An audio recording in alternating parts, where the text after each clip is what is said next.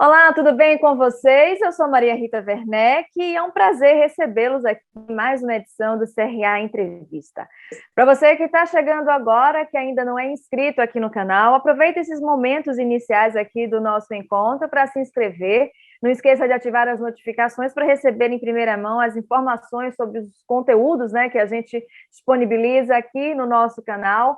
Deixar seu like, seus comentários, porque é muito importante para a gente saber, o que é que você está achando, quem você gostaria de ver aqui, o tema que você gostaria que a gente apresentasse, tá bom? E para você que já faz parte aqui do canal, muito obrigada mais uma vez.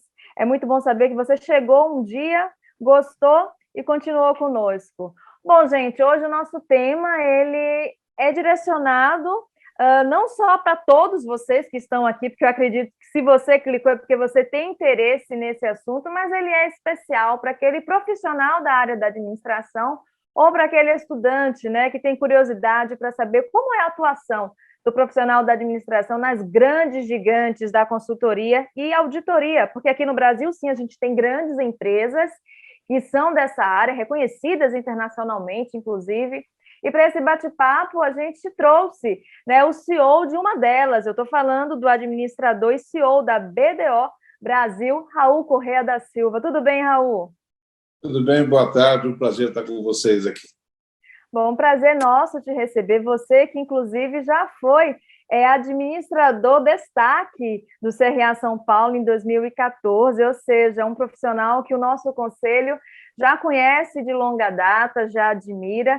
E por isso eu já quero começar o nosso programa, Raul, querendo saber, como foi que você resolveu se tornar um administrador, se você sempre teve vontade de atuar nessa área de consultoria, auditoria, como é que foi a sua chegada nesse segmento? Minha chegada foi na verdade, foi meio dentro de uma sequência. Quando eu comecei, minha primeira faculdade acabou sendo em ciências contábeis, e em seguida eu fiz questão de fazer administração de empresas, porque a administração ela dá uma visão periférica muito importante. Então, essa foi uma coisa da administração, ela sempre muito presente na vida. Tenho filho formado em administração de empresas também membro do CRA. É parte da nossa vida, porque o aprendizado que você tem com a administração de empresas é muito grande. Então, ele te dá uma visão muito forte, muito clara. Então, por isso que eu sempre recomendo todo mundo aqui, inclusive aqui da empresa, termine a faculdade que vocês estão fazendo, mas vamos fazer administração de empresas, faz parte do nosso dia a dia. E você sempre quis atuar nesse setor, de consultoria, de auditoria? Sempre, desde os 20 anos desde os 20 anos comecei a trabalhar com auditoria, e eu trabalhava numa grande empresa à época, e que ela tinha um departamento que ele fazia um misto entre a parte de consultoria com a parte de auditoria. Então, eu já praticamente lido com essa área desde cedo. Depois, quando montei minha própria empresa, já foi um departamento específico de consultoria com auditoria. Agora, conta para a gente uma curiosidade.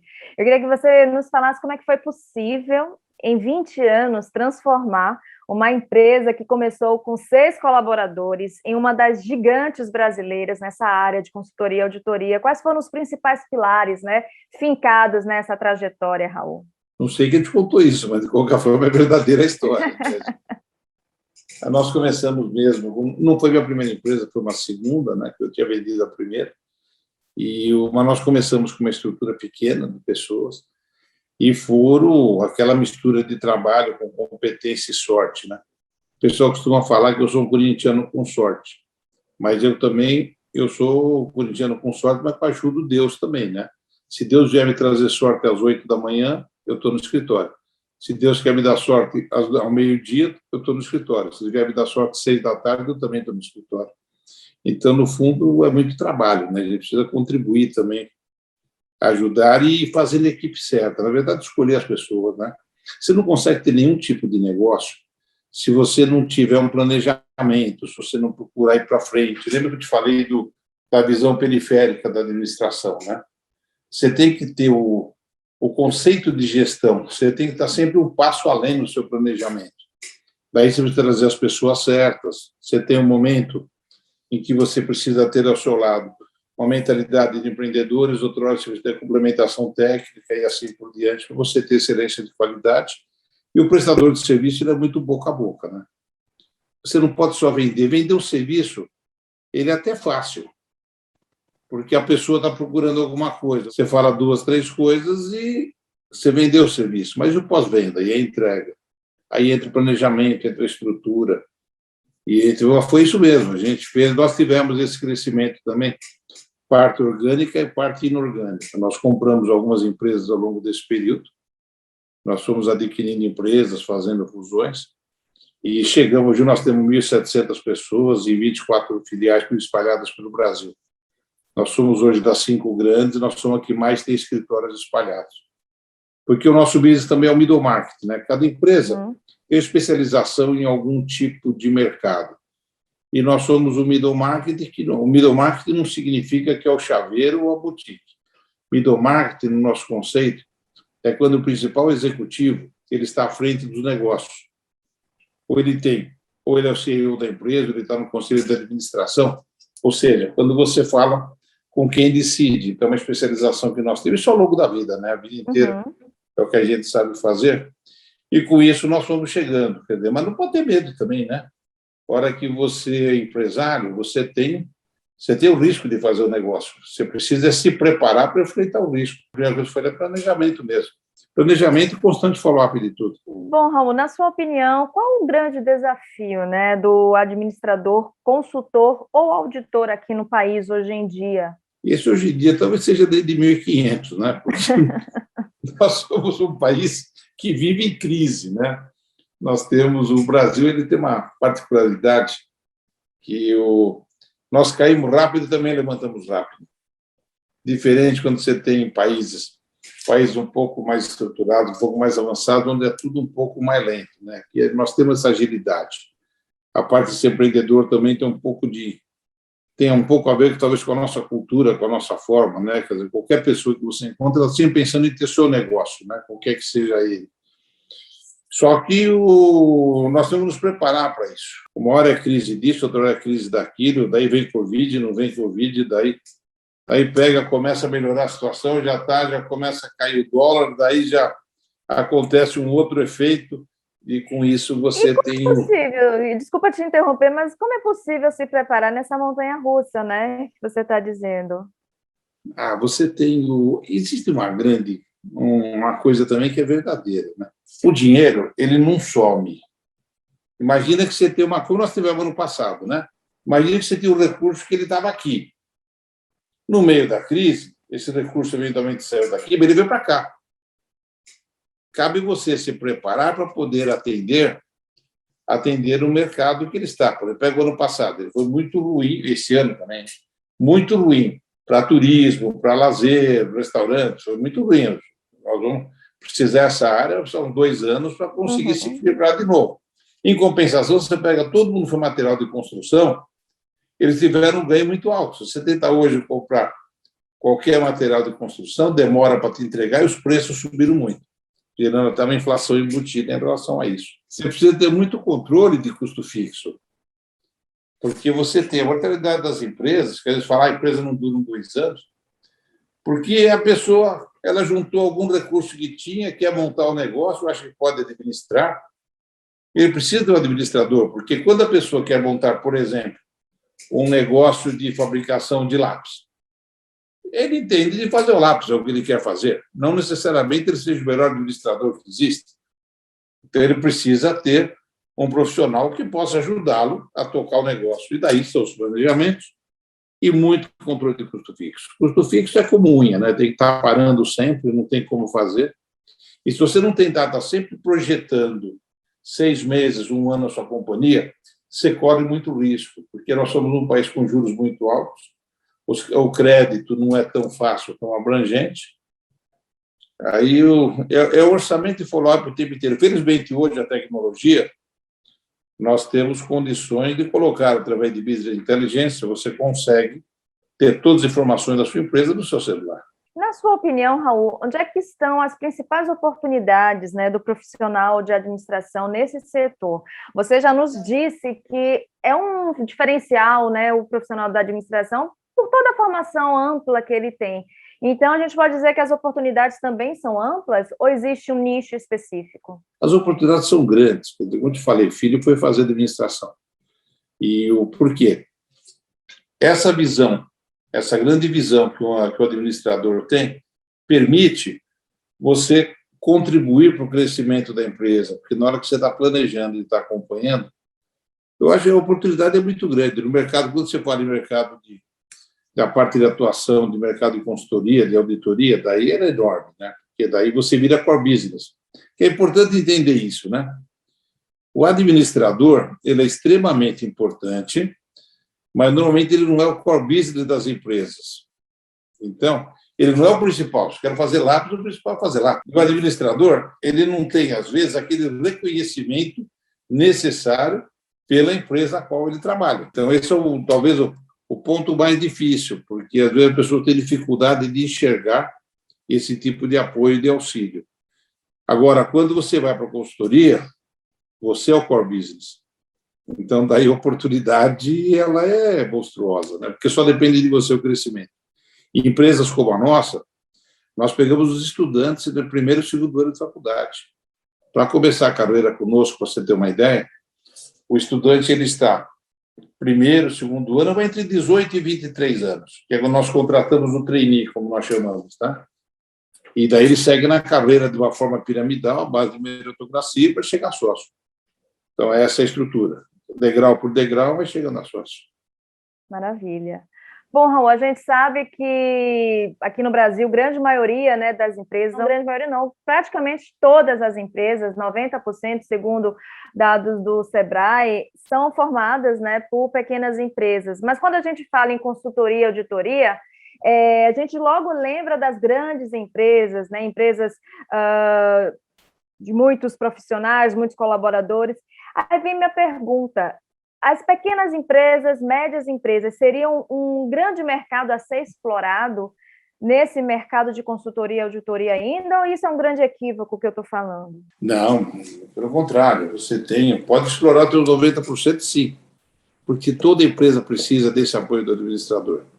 Todas as empresas de consultoria e de auditoria. Não, aí nós temos oportunidades reais, oportunidades grandes. O país é muito grande, né? Vira e mexe, nós falamos que estamos em crise. Eu mesmo falei no início dessa nossa abertura.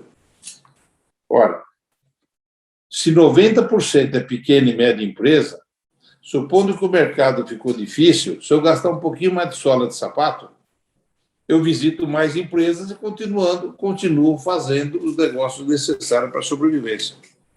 Esse mercado ele é muito grande, tá? Não tem as pequenas e médias empresas, elas são grandes, porque todo grande foi pequeno um dia. Uhum, Quando verdade. você começa um negócio, você começa pequenininho, e daí você pega e faz, às vezes leva as coisas, mas você vai... Quando você tem um foco muito claro de preciso focar na qualidade, focar no meu cliente, focar na entrega, focar nos meus profissionais, vai embora. Quer dizer, não tem... E hoje o mercado está tudo modificando. Para você ter uma ideia, cada vez mais a tecnologia é importante. Até eu tenho como meta aqui na empresa, como mote, né? O nosso lema desse ano está exatamente em tecnologia, processos e pessoas. Quer dizer, porque o mundo mudou e a pandemia nos trouxe isso também, né? A pandemia mostrou essa necessidade da tecnologia para a sobrevivência. Falando de pandemia, eu quero até aproveitar, né, e saber, na sua opinião, qual o grande legado, né? Se é possível a gente tirar algum legado positivo dessa pandemia, você enxerga para as empresas brasileiras, que além desse envolvimento mais profundo com a tecnologia, que de fato muitas empresas passaram a usar mais a tecnologia em prol de si própria, mas como é que você vê? O que é que vai ser deixado de benefício, entre aspas, né, para as empresas, para enfim, para os consultores, auditores, já que a gente está falando sobre esse tema? Olha, a pandemia vai mudar muita coisa. De uma forma ou outra, nós estamos muito mais humildes. Se você reparar, porque ela trouxe para a gente uma visão muito clara também do que você representa. Então, as empresas em si, elas praticamente, se você sempre teve um órgão muito vertical, com a pandemia, isso está mais horizontal. Quando se fala hoje de geração A, B, C, X, Y, Z, não sei o quê, já não é mais isso. O jovem de hoje, que ele quer pegar a carreira e quer ir atrás, o que ele quer? transparência e ser parte do processo. Não é muito essa história. Tudo que é por baixo, fala, não, meus jovens querem as coisas muito rápido.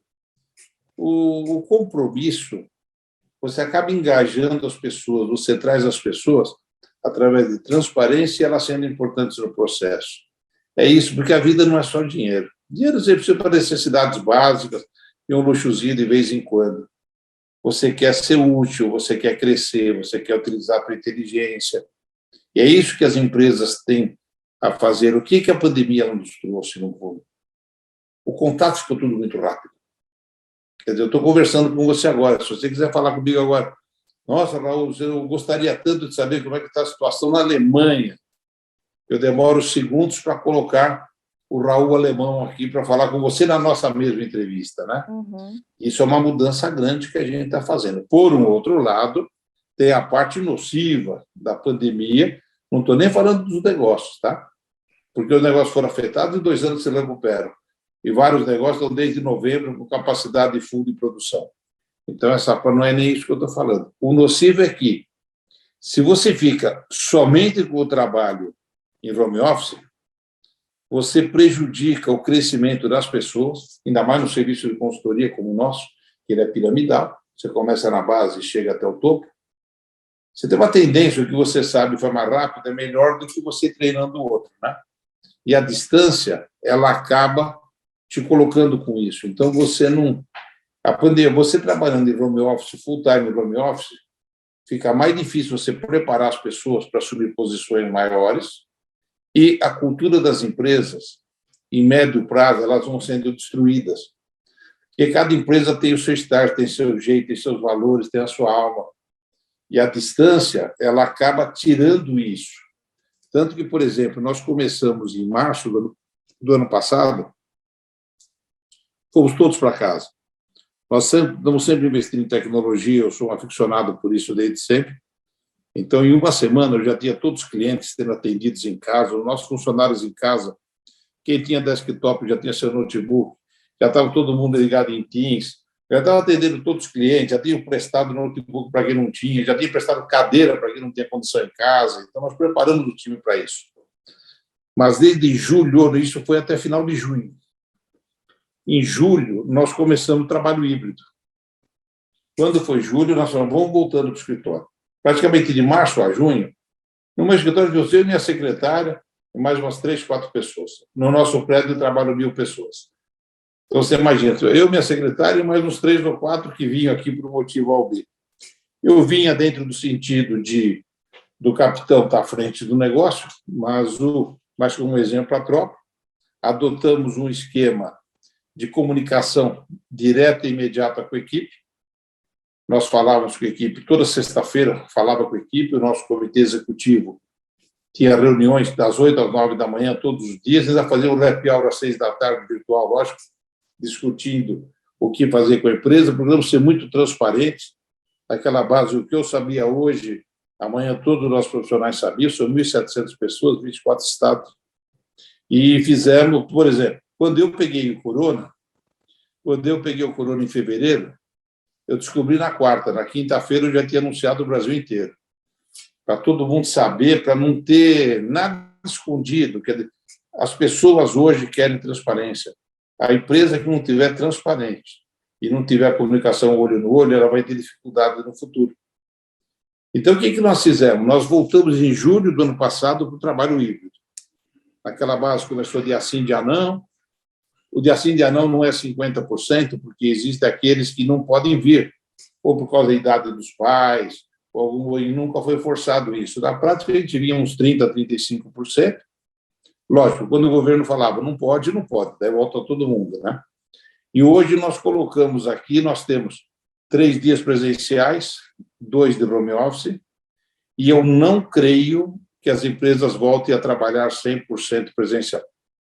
Eu acho que aí nós aprendemos coisas boas do trabalho à distância também. Ainda falando, né, Raul, sobre as mudanças que esse mundo tem vivido, e muitas delas, né, muitas dessas mudanças foram aceleradas por conta da Covid, como é que você está vendo a transformação do mercado consumidor? Inclusive, esse é o tema do Encoad desse ano, que vai ser realizado em setembro, e a gente trouxe esse tema, porque a gente está realmente percebendo que os consumidores são outros, obviamente, porque o mundo também é outro, né? Como é que você está acompanhando isso? Como é que isso tem sido impactado, né, nas empresas que vocês prestam consultoria, por exemplo? Você falou bem, o consumidor hoje ele vê de uma outra forma.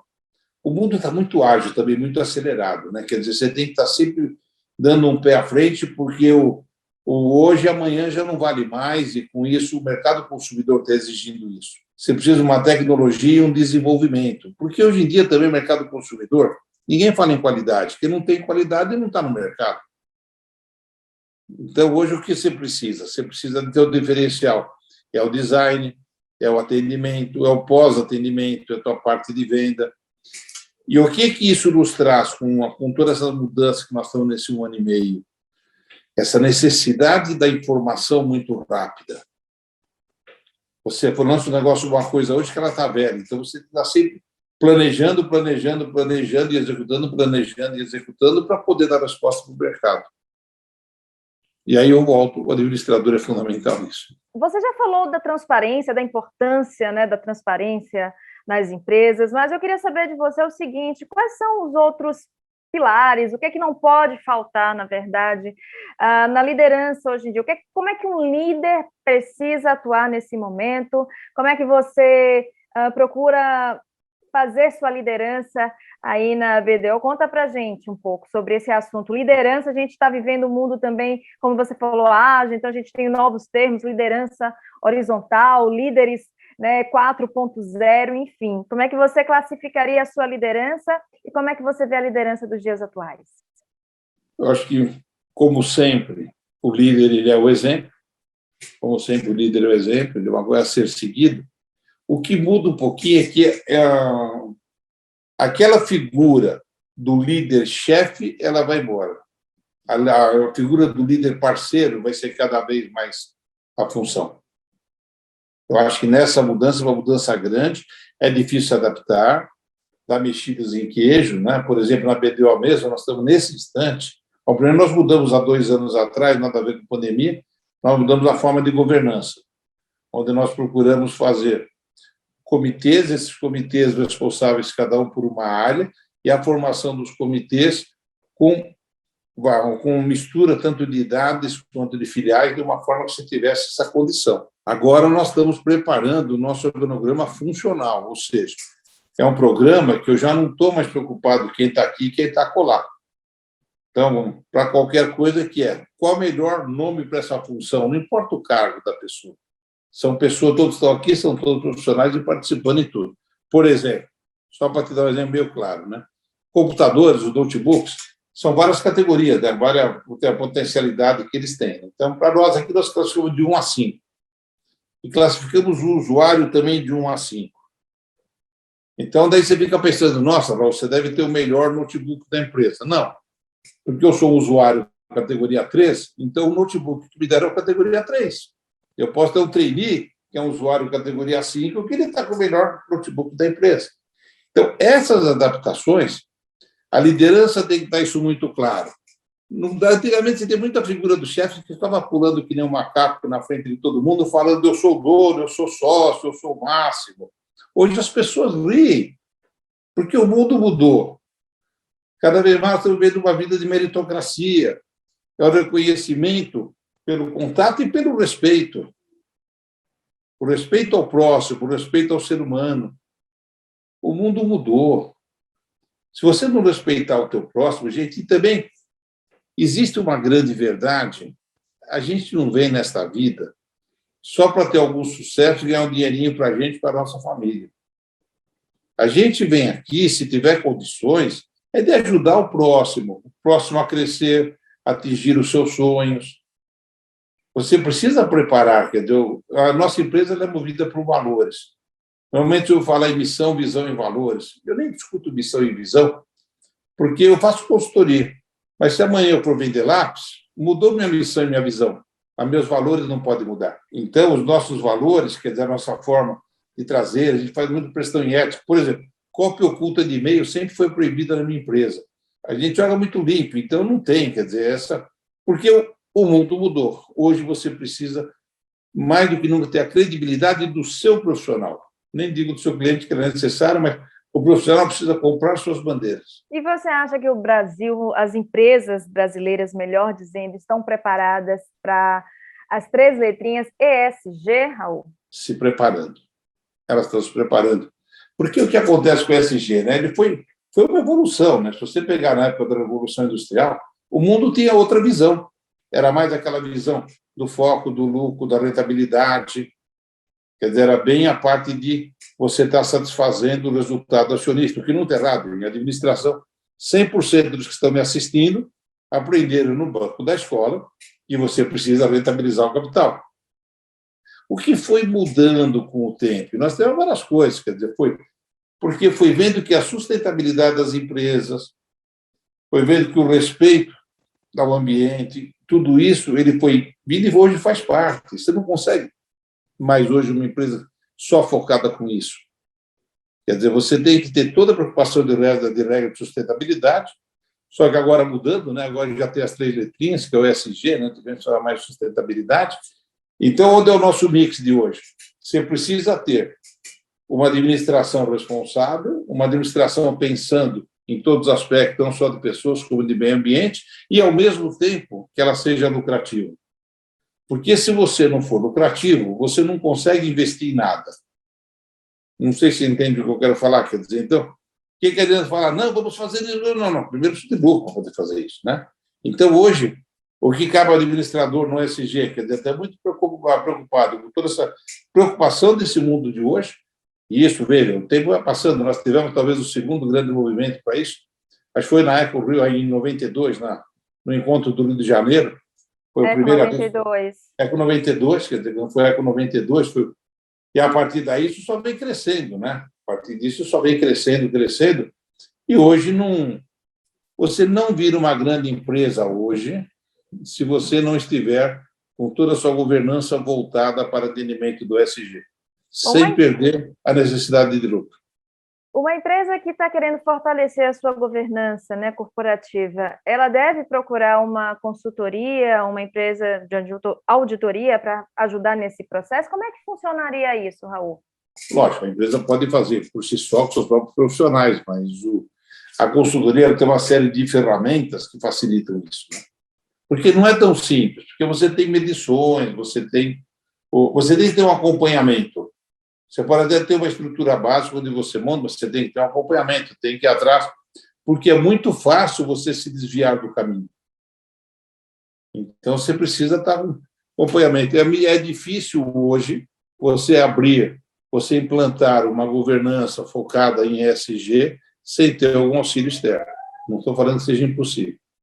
Eu estou falando que fica muito mais fácil até pelo conhecimento e metodologia que essas empresas podem oferecer.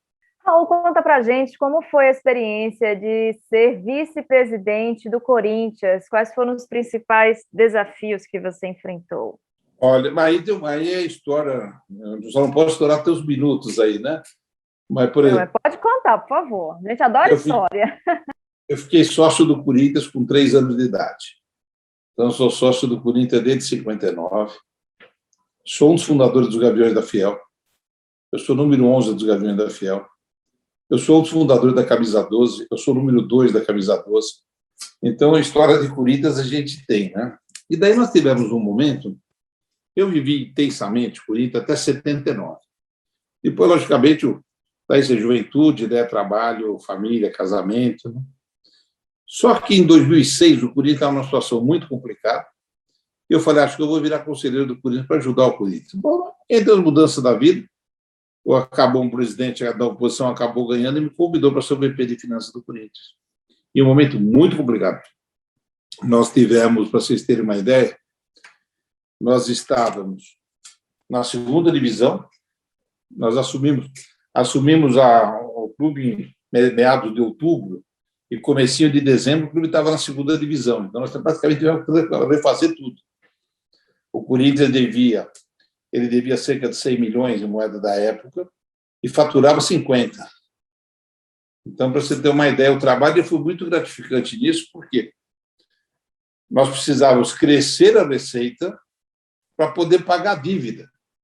Não sei se é claro, quer dizer, porque normalmente você fala, não, primeiro eu vou. E daí não sabia até acontecer. Daí até falei para o Andrés, que era o presidente da época, falei, Andrés, eu vou para Barcelona, deixa eu ver o que os caras fizeram por lá. Então, comprei do meu bolso a passagem, fui com a Verinha para lá, minha mulher, e eu falei para os caras, conta para a gente, né? E daí eles falaram algumas coisas importantes. Você precisa ter. Você tem que ter um estádio, que ele é fonte de receita. Você tem que ter um time para ficar entre os quatro, que é fonte de receita. Até diferente do que nós pensávamos, porque a gente imaginava, não, vou jogar com um time mais fraco, mas só que isso você não tem prêmios. Então, nós fizemos muita coisa nesse período. Quer dizer, nós fomos de segunda divisão, campeão do mundo em 3 anos, né? 4 anos.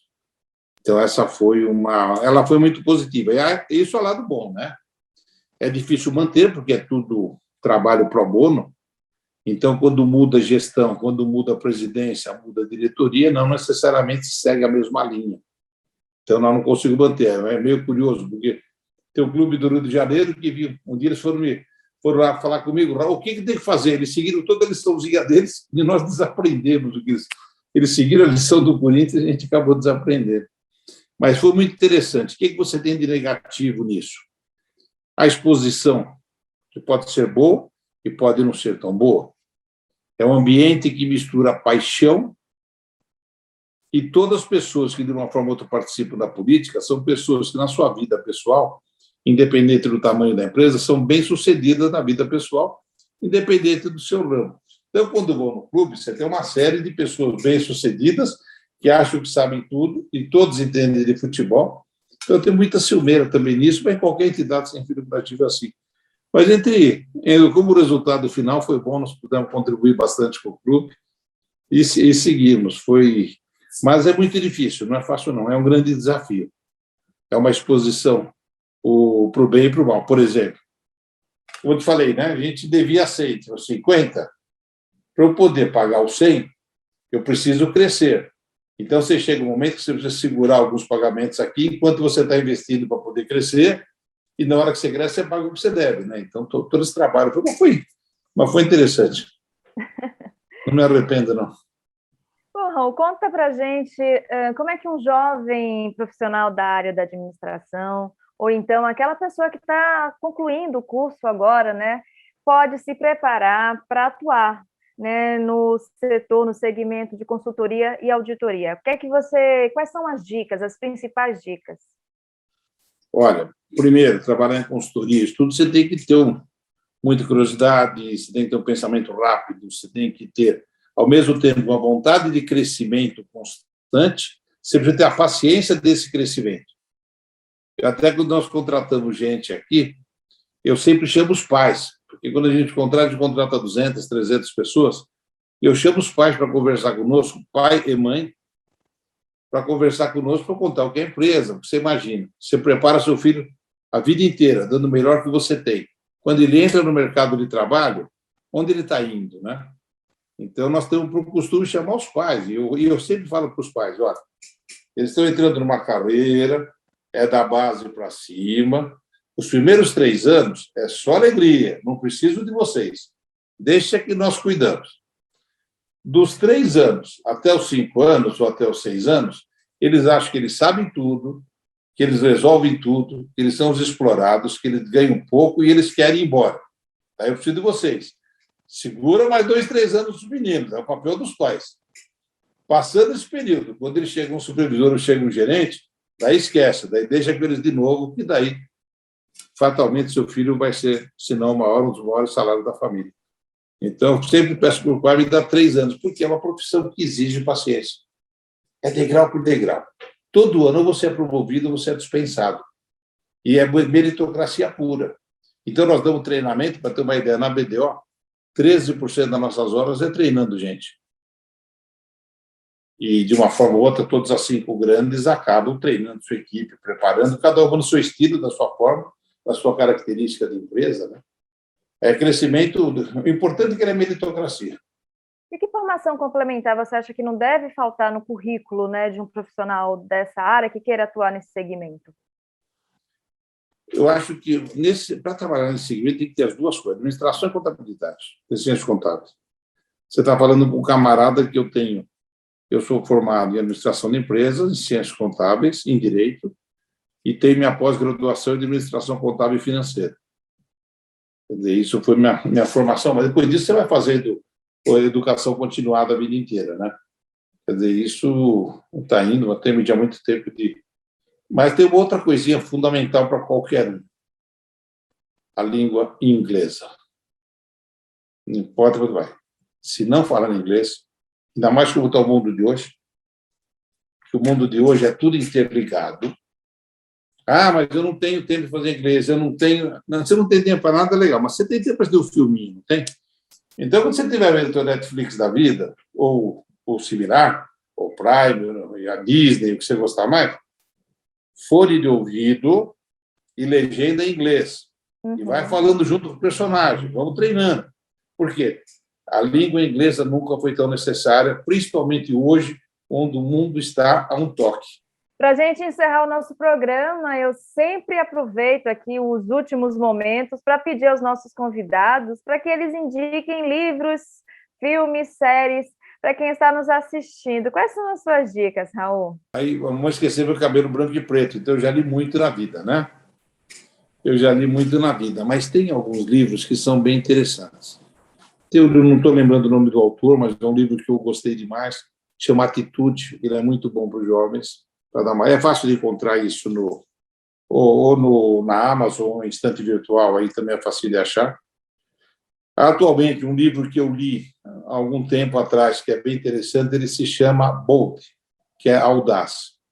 Esse é um livro muito interessante para quem está nos vendo, é de Peter Diamandis, alguma coisa assim o nome dele, deve ter na Amazon. Mas o que ele mostra? Ele mostra o seguinte: você consegue, utilizando tecnologia, você vai para o crescimento, você consegue gerar riqueza dentro de um ambiente saudável. E daí você impacta positivamente o mundo. Esse é um livro muito interessante. Esse é um livro que vale qualquer administrador vendo. É um livro de leitura não muito distante. Ele chama Audaz em português, né? Ele chama Audaz em português, mas ele mostra exatamente isso. Você pode crescer, você pode gerar riqueza, gerando a sustentabilidade e atendendo. Isso é muito interessante.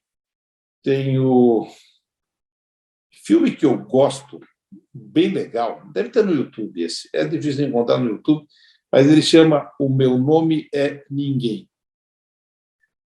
Porque é um faroeste dos anos 70, mas o que ele é legal nisso? A razão do nome do filme, né? Enquanto você é ninguém, o que o filme mostra em si, né? Enquanto você é ninguém, você tem uma vida tranquila, que você não chama atenção, você não tem inveja, ninguém quer te matar, né? E na hora que você vira alguém, você vira foco de ataques. Então, ele é muito interessante a forma. É uma comédia divertida dos anos 70, deve ter no YouTube fatalmente, Meu Nome é Ninguém, que é bem gostosa de assistir. Mais ou menos isso, mas se eu for ficar te falando aqui, menina, a gente fica a tarde inteira dando dicas e sugestões. Mas valeu muito as suas dicas. Eu acho que muita gente que está aqui, acho não, tenho certeza que muita gente, assim que acabar aqui o nosso bate-papo, vai correndo fazer essas pesquisas para localizar não só os livros, como também esse filme. Eu não conheço, eu vou procurar esse filme. Eu gosto muito dessa temática faroeste, eu acho bem bacana, eu vou procurar. Depois me conta. Muito obrigada, viu, pela sua participação, por ter aceito o nosso convite, compartilhar um pouco sobre a sua vida aqui com a gente, sua trajetória. Muito obrigada. Eu que agradeço estar aqui com vocês e, como eu falei, quer dizer, o que a gente puder fazer em prol da profissão, nós estamos fazendo. Conte sempre conosco. Obrigada. E obrigada a você que ficou conosco em mais uma edição do CRA Entrevista. Bom, não esqueça de deixar o seu like, de escrever aqui embaixo nos comentários o que você achou, quais são os futuros temas que você quer ver aqui, os próximos entrevistados. E se você ainda não faz parte aqui do nosso canal, não esqueça de se inscrever, combinado? Até a próxima. Tchau, tchau. Nunca foi tão oportuno falar em mercado, né? Porque hoje a Previdência Complementar, eu preciso dizer que ela existe de dois tipos, né? Essa que você já se referiu, entidade fechada. É fechada por quê? Porque é dirigida a um grupo, né? Um grupo que ele tem identidade de grupo, né? Então, é um grupo de uma empresa, um grupo de um sindicato, de uma cooperativa, e tem uma entidade aberta, que é oferecida pelas instituições financeiras, bancos, seguradoras, né? Então, essa é aberta, por isso aberta ao público em geral. E hoje, nada mais